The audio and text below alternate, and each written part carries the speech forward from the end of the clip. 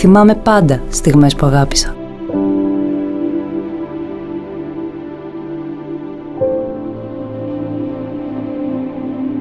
Στιγμές καθημερινές που σε κάνουν ευτυχισμένο.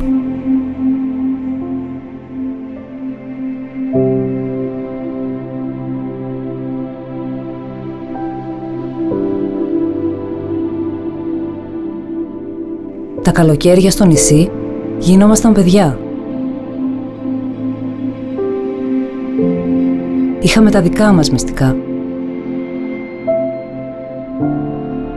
Τις δικές μας ιστορίες. Και θέλαμε να τις κατακτήσουμε.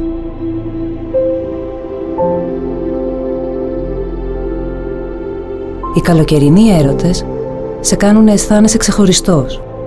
Ίσως και το κέντρο του κόσμου. Στιγμές απλές.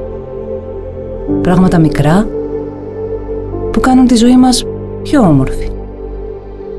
Πιο ειλικρινή.